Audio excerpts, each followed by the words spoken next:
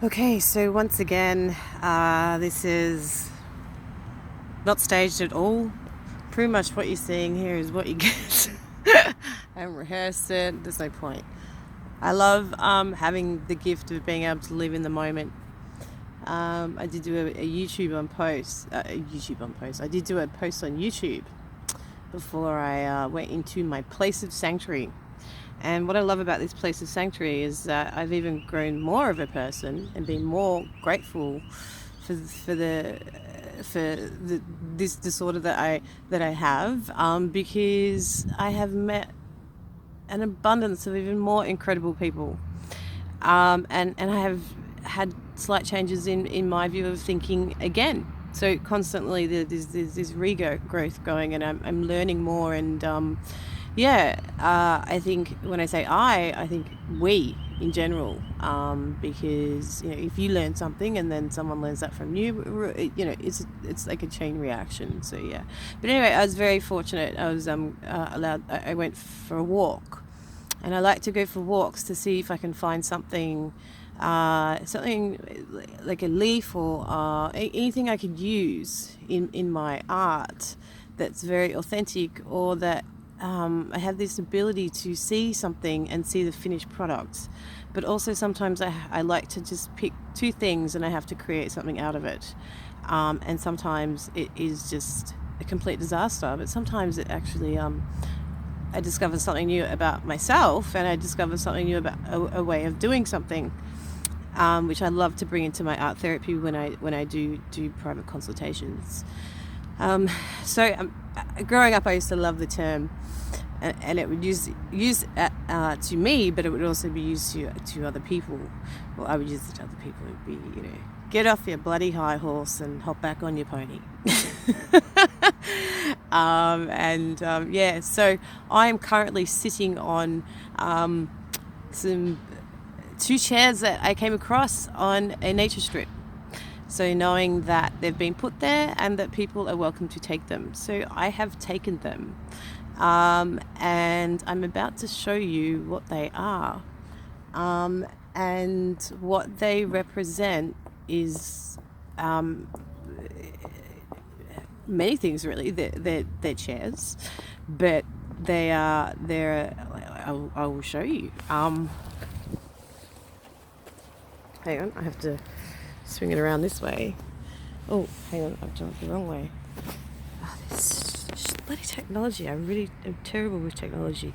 So I'd have to show you. That's one chair. It's terrible. And you can see that is the other chair. So if we got from a distance, we've got a tiny little chair. So it'd be like kids' chairs. And it's sort of that pure white and that black, just shades, and it also brings together quality. I'm terrible with technology. I apologize for that. So I am so excited because I can't wait to send these back and bring them to life in some other way. Bring some kind of design to them, or create something from them. And either what I would do is either basically, I do have this legacy going, and it will happen eventually. It just takes time, and I've had a lot of people that have donated artwork.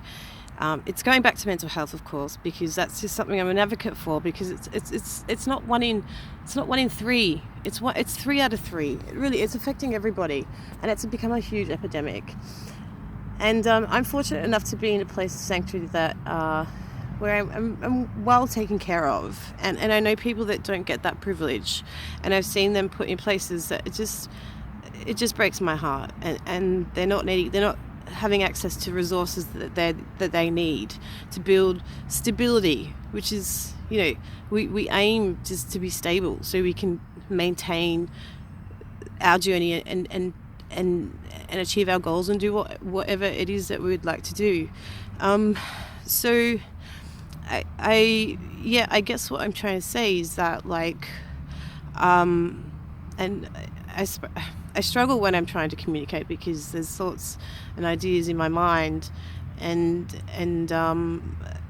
it's about let's bring it back to the exhibition that I'm going to host, and it's anyone to welcome any kind of creation of any sort. It could be music, it could be a creative, it could be art. I mean, there's all different shapes and forms of art. I've got a lady that's knitting beanies for women, for babies. Which is great, and just any kind of contribution, and the money will go to people that really are struggling and really need help.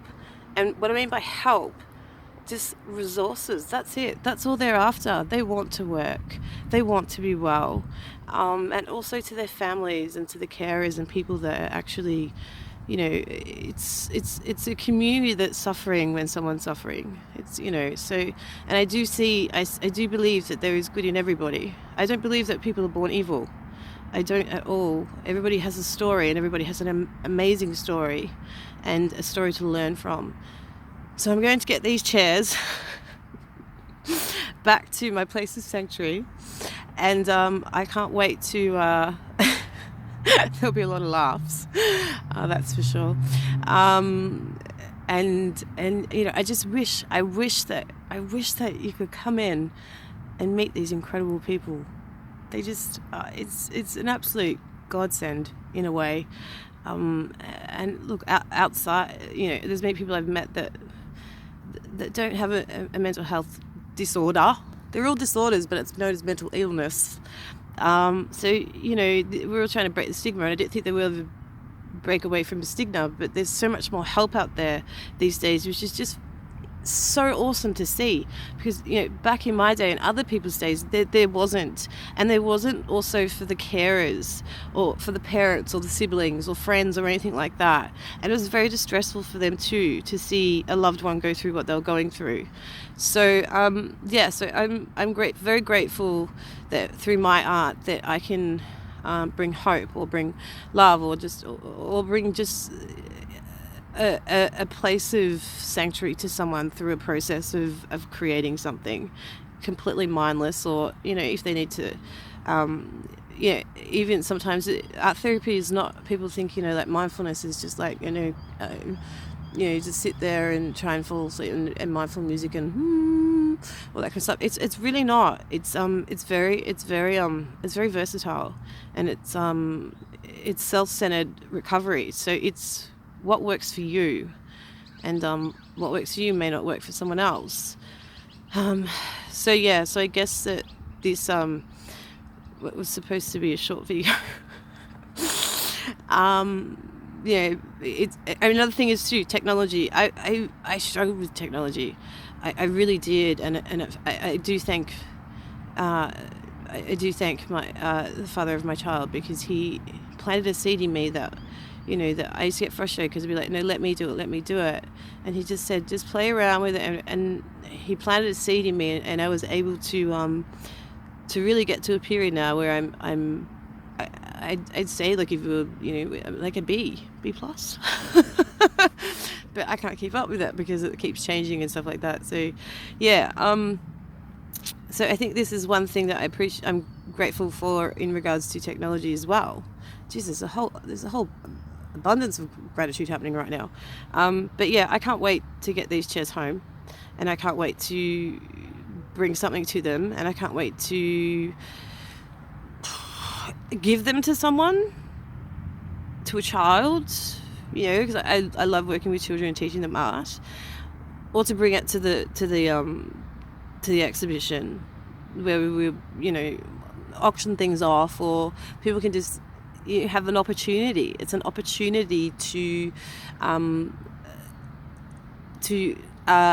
exhibit something that they have done, and through artwork that I just sat back and I was like, I go to art galleries and that compare and despair, and oh God, it's going to be perfect. And I've realized that a lot of my art is unfinished, because I'd seen the finished part, and I was like, I can't be bothered, like I'm lack motivation or whatnot.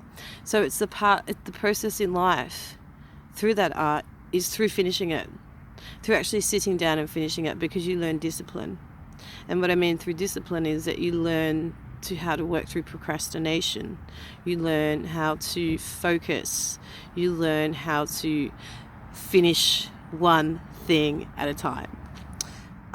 So once again, this is just something I'm putting out there. Totally removing masks here. You know, I can be pigeonholed right now as, you know, I'm a hypomanic, which is, it's not. I'm actually just a free spirit, and I've been told that, and it's been amazing. It's actually unlocked something in myself. That's actually one of my co-workers at the moment. How was men's group? Sorry. Yeah, so I guess it's what was I going to say? Yeah, it's not having fear to be yourself. And you know, I don't care if people know what I have or what, because at the end of the day, it does not define me. It does not define me, and it's changed. It's changed from what it was to what's now. I've put a lot of work in, and I've had like I said, I've had a team of people, and you know, it's I can't wait to get out there and help people and make sure that people are getting the help that they need, that they really need. And I think also people need to reflect sometimes and think what they need versus what they want, because there's a lot of things we want in life, but we need to start with the basics of what we need. What is it that we really need? And yeah, so that kind of cognitive sort of stuff comes into a part when you are cognitively able to work through things like that. So anyway, back to the chairs. It's that when I say equality with the black and the white, you know, we can go into all sorts of things like that, you know, with how we have to be mindful about what we say, especially professionally. We don't want to trigger people and stuff like that, and bring everyone together, and, you know, different, the cultural diversity and all that kind of stuff. So yeah, so I'm sitting really quite low. Really low. But it's about how, yeah, I used to think that, look, at the age of 11, 12, going through school, you know, it was, if I saw someone famous, or, you know, that came through and did actually, you know, reveal that they had any of these disorders, whether they're, you know, schizophrenia, borderline, bipolar, which is about 20 different types of bipolar, you know, I can't think of your PTSD, and, you know, whether it's a dual diagnosis. So the dual diagnosis might be that I have the bipolar, but I get anxiety. So there's generalized anxiety disorder, that, you know, and then there's comorbidity, or that, you know, I have people in there that are fucking amazing, excuse my French again, and, you know, have AOD, which is alcohol and other drugs. And, you know, I've smoked, so like cigarettes. So it's ATOD, really. It's alcohol, tobacco, and other drugs, and we all do have an addiction. It's just what it is. It could be addiction to food, chocolate. You know, if you look within yourself, you see. So I guess it's that. Another thing is I'm trying to help people not to face their fears, because when you face your fear, and one of my biggest ones, it was a huge one that I needed. Wow, like it opens your whole world to new possibilities and opportunities, because that fear then transcends into a whole new view of, wow, if I hadn't have taken that risk, whether it's a healthy risk or not, we're always taking risks. We have to make decisions whether we're in a vulnerable state, or this or that, or hang on, I don't want to overthink it or whatnot. But at the same time, it's what comes of that and what you learn from that. So, you know, it's taken a while for me to get to this headspace. I've gone in and out of it. And it's more so for me to get out there, and either professionally or just as a, you know, peer support, to get out there and show. Because like I said, when I saw, you know, people came out, I think there's a Drew Barrymore, there was a Robin Williams, all that kind of stuff. Like, I was like, oh my God, there's a chance, there's hope that I can finish my VCE, that I can go do this with my basketball, I can do my art, do my singing, do all this sort of stuff. You know, this is normal. This is normal that people have this stuff and it doesn't destroy their life. They're not, when I was in a state of mania, I was like, am I imagining that I can do these things? But we now know that I can do these things. So it's now transcended into a new, new understanding. And we're seeing it everywhere. And like I said, a label is great because it makes you be able to treat it. So I do take medications. I know that if I don't take my medication, that things don't work well. I go into, I'm working full time, or I do this or a course or whatnot. And, I've got qualifications behind me, a lot of them. But you know what? It took a lot of bloody hard work. But it also took opportunities that were given to me. And there's also responsibility on my behalf for things that I did wrong, and anger that I took out on the wrong people instead of the people that I should have.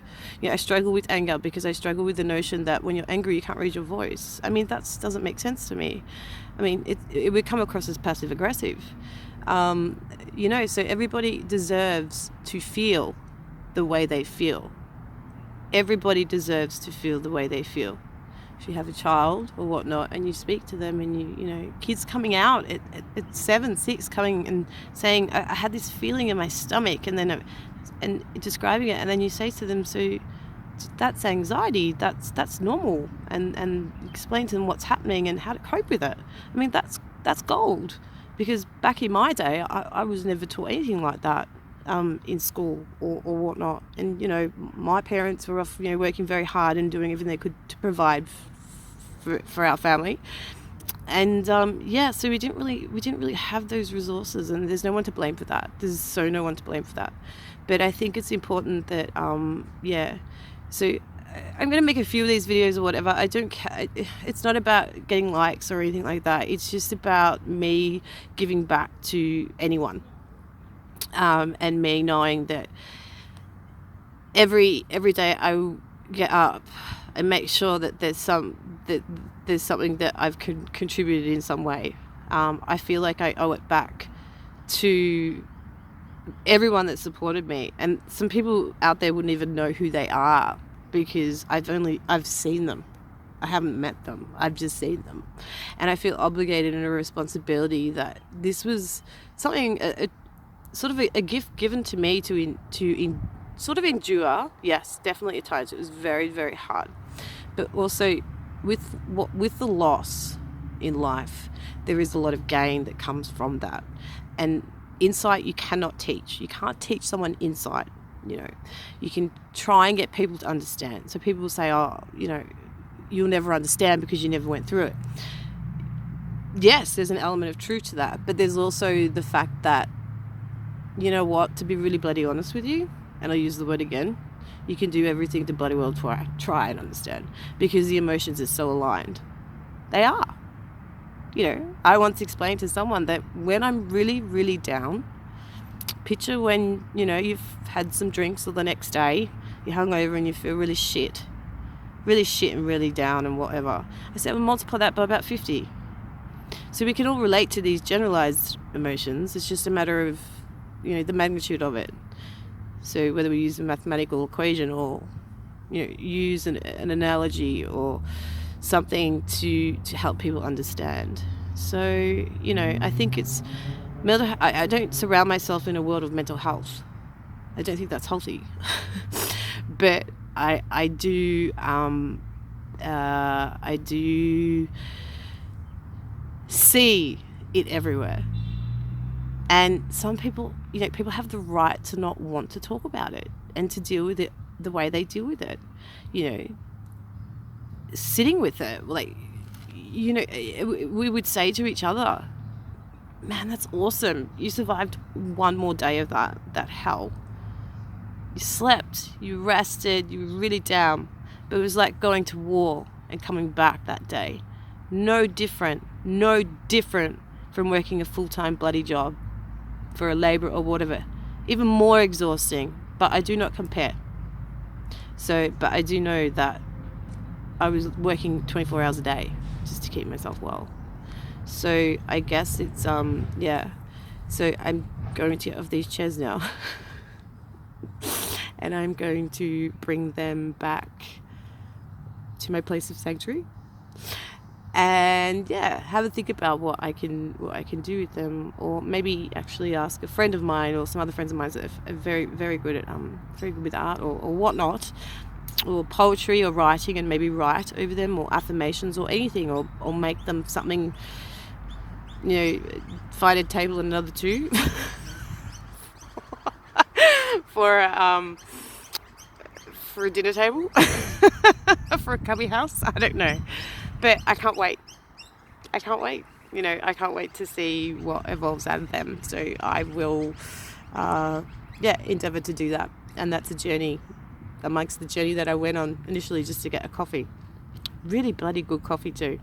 So today, I'm when I say gratitude, back in the day I was like, gratitude, oh my god, this is absolutely bullshit. Like fuck, so I say down to meaning F-U-C-K. Gratitude, this is all bullshit. Writing journals or whatever, so you can self-sabotage. There's so much stuff that you can do, but I found out that wasn't working for me. I wanted to give up. People, we say giving up, if you want to give up for a bit. Just sit with it. And it's hard, and if you need to let go and do something that will help you get through it, then do it, whatever it takes to get through it. So it's hard to explain, but in a way it's really not. Some people learn visually. We're all aware. I'm not going to go into the whole not jargon, the whole, is it jargon? I can't think of it right now. Professionally, about all the different vocabulary that is used professionally, whether it's psychiatry, neuroscience, anything to do, biology or anything like that, and the lingo that goes with everything. I like to keep it like layman terms, really simple. So I've lost my train of thought again. I can't remember what I was saying. But I'm gonna take these chairs, and also I remember now. I was talking about people have the right to you can get pigeonholed, and that can be scary for people. It can be very confronting, but it can also be very hard for people when they don't understand, and it's not clear cut. So for me, for example, it's easy to use. I'd rather use myself as an example than bring anybody else, other names into it. I was an extrovert. I was very athletic. I was a singer. I was very good at basketball.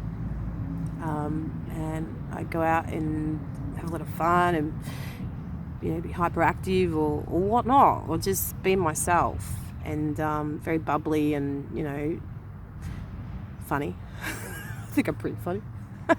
Whether people are laughing at me or with me, either way, I just say, well, that's a free hit of endorphin for you, so that's you're welcome for that free drug. That's me being silly, a bit of a smartass. But I used to so it wasn't clear cut, because someone said to me earlier, and this person, I have absolutely no, it didn't offend me at all. Internally it shit me because it was just a little bit of a trigger for me, and that's okay. I know my triggers, and that's fine, and I don't externalize them sometimes. But he said to me, okay, so you need to go inside and whatnot because you're high right now. And I explained to him, I said, no, I'm not high. And I said, I'm not manic. There's different variants of it. And, I then went and spoke to my doctor. We have a consulting suite, and we see how I'm doing for the day.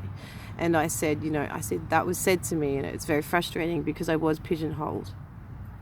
And he said, well, you don't listen to any of that because we know that that's not true. What you doing, Katie? So...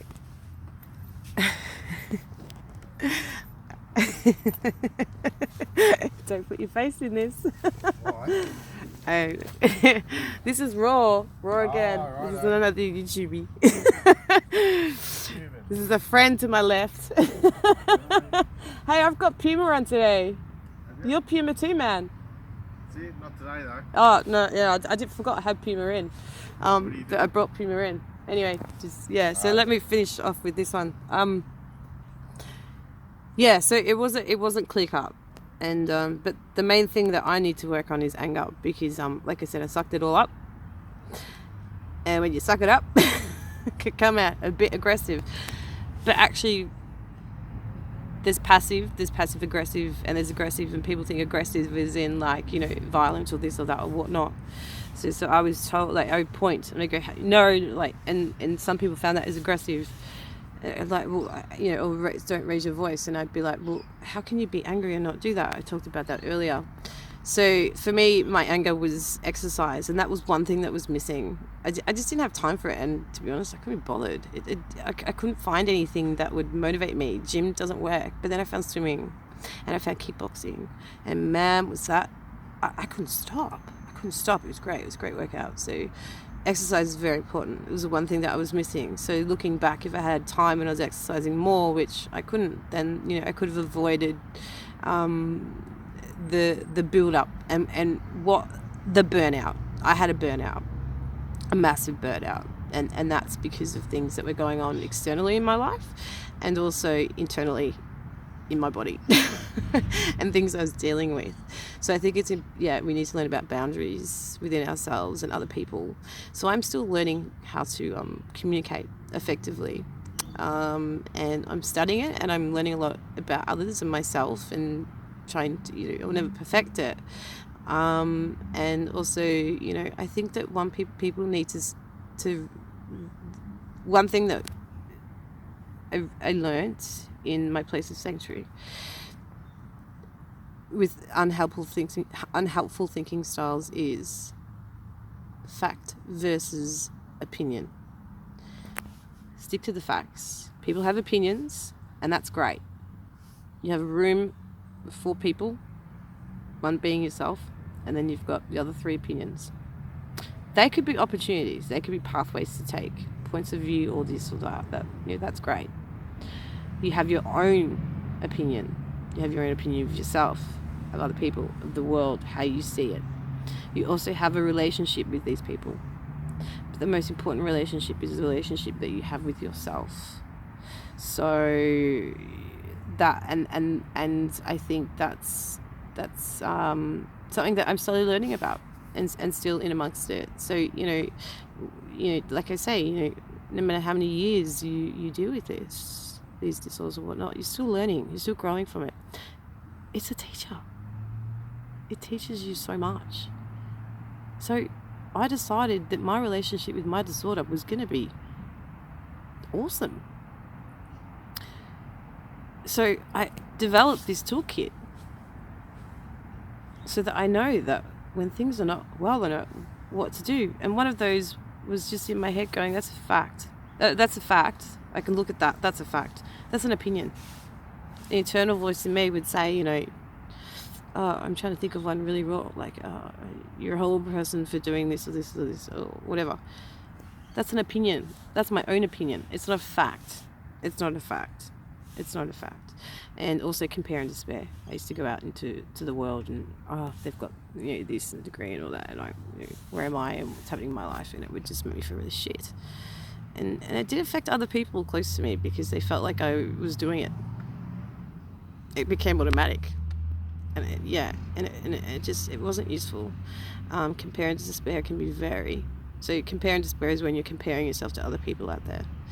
You know, what they're achieving or what they have, what they don't have and what you have and that. So also another thing in compare and despair is support. It was put to me that you had a very supportive family. I did. I was very lucky I had a supportive family. And then there's other people that didn't have supportive families. But what people need to be mindful of is that it didn't make it any easier, because the person that didn't have the supportive family gets through it, and it's a lot harder or whatnot. Is it? There's a question. And then they have that self-worth or that confidence or knowing that they got through it on their own. However, on my side of it, I felt like I was a burden. So that's the difference, is that you can't really compare those, because then you'd have to go into what support, because a lot of the support fell onto my family, because I didn't have all what's around now for the youth and the young guns and people now, which is unreal. I just cannot express how happy I am that this is becoming, all these resources, all these services are becoming available for people. So it's the same with trauma. You can't compare someone else's trauma to yours. That's ridiculous. Trauma's trauma for someone. So so I'll leave it at that, and I'm just gonna go pick up my chairs now. And continue on with my recovery. And what was I gonna say? I think I will do a few more of these, and just every now and then, and just see how it goes. It's a journey for myself too. So it's just to that I've done one previously, and I wanted to take it down. I was like, what am I doing? Like, this could, but at the end of the day, I don't care what people think. I really don't care what people think. I thought, if someone sees it, I won't get a job because of it. No, that's absolute crap. Absolute crap, because I'm allowing to let my thoughts or other people dictate what I'm going to do going forward. It doesn't work that way. So it really doesn't work that way. So so I'm going to post this one again. And as much as, at times, but every time I looked at it, I was really proud of myself. So hopefully I'll look back at this one and be really proud of myself. If anyone viewed any of them and got a good laugh, then my job was done. Because that's laughing therapy, actually. And that's very helpful at times. So much as crying. A lot of my anger is released through tears. And so I'm very grateful today for eyes, tear ducts, and my pillow. Anyway, cheers to everyone out there, or anyone that's watching this, even if there's not anyone watching this. Try and choose something you're grateful for. People tend to family and stuff like that. That's great. Go deeper. What's deeper than that? What are you grateful for? Is it the love? Is it the sense of belonging? Is it, I don't know. Try and slow life down a bit, or if it's really slow, try and speed up a bit. I don't know. As in being active. If you're feeling, lethargic or feeling down or whatnot, just, even like I said, a good day for me was getting to the shower when I was really, really, really debilitated with depression.